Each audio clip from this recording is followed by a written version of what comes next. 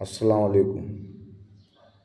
جتنے بھی میرے مسلمان بھائی سن رہے ہیں مجھے ابھی غور سے، وہ صرف میری بات کو سنے نہ بلکہ اس پر عمل بھی کرے۔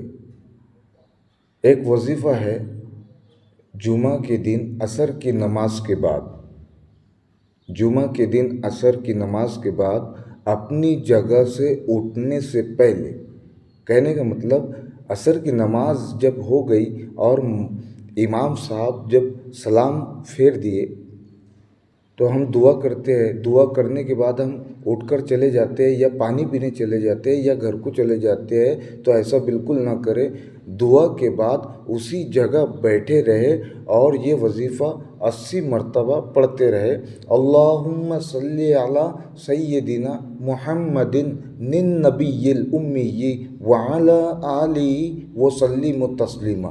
جو شخص یہ وظیفہ 80 مرتبہ جمعہ کے دن عصر کی نماز کے بعد اپنی جگہ سے اٹھنے سے پہلے یہ وظیفہ اگر پڑھتا ہے اور اپنے زندگی میں عمل میں لاتا ہے تو انشاءاللہ 80 سال کی عبادت کا ثواب اللہ اسے دیں گے اور 80 سال کے گناہوں کی معافی۔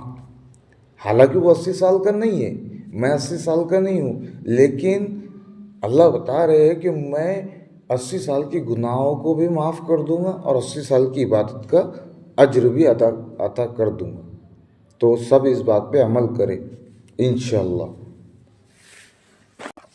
اور جاتے جاتے میں آپ لوگوں کو پہلے ایک بات بتا دینا چاہتا ہوں کہ یہ تو عمل والا کام ہے، اب اس کو زندگی میں لائیں گے تو فائدہ اپنا ہی ہے۔ جو شخص زندگی میں لائیں گا اسی کا فائدہ ہے، لیکن رہا سوال یہ کہ ایک دوسرے کے حق میں دعا بھی کر لیا کرے۔ یہ ہمارے نبی کی بہت بہترین سنت ہے، دعوت ہے، اور اس بارے میں دعوت بھی دیا کرے، اور جس کو دعوت دے رہے ہیں اس کو دعا بھی دیا کرے۔ دعا دینے والا یعنی اللہ کو مانگنے والا بڑا پسند ہے، اور جو شخص دعا کر رہا ہے یعنی اللہ سے مانگ رہا ہے کسی کے حق میں یا اپنے حق میں یا میرے حق میں یا تمہارے حق میں، تو یاد رکھے آمین ضرور کہا کرتے ہیں۔ اللہ آمین لکھنے والے کو بھی نیکی سے محروم نہیں رکھتا ہے، کیونکہ پہلے کا وقت اور ابھی کا وقت بہت الگ معاملہ ہے۔ پہلے علم کم تھا، عمل زیادہ تھا، ابھی عمل 2 کوڑی کا بھی نہیں ہے اور علم دنیا سے زیادہ ہے۔ تو احتیاط کرے اور ایک دوسرے کے حق میں دعا کرتے رہا کرے، اور عمل میں جب آؤں گے، جب ایک دوسرے کے حق میں کچھ اچھا سوچوں گے تو اللہ تمہیں عمل میں آنے کی توفیق دیں گے۔ تو یاد رکھے اور میرے حق میں بھی زیادہ سے زیادہ دعا کرے۔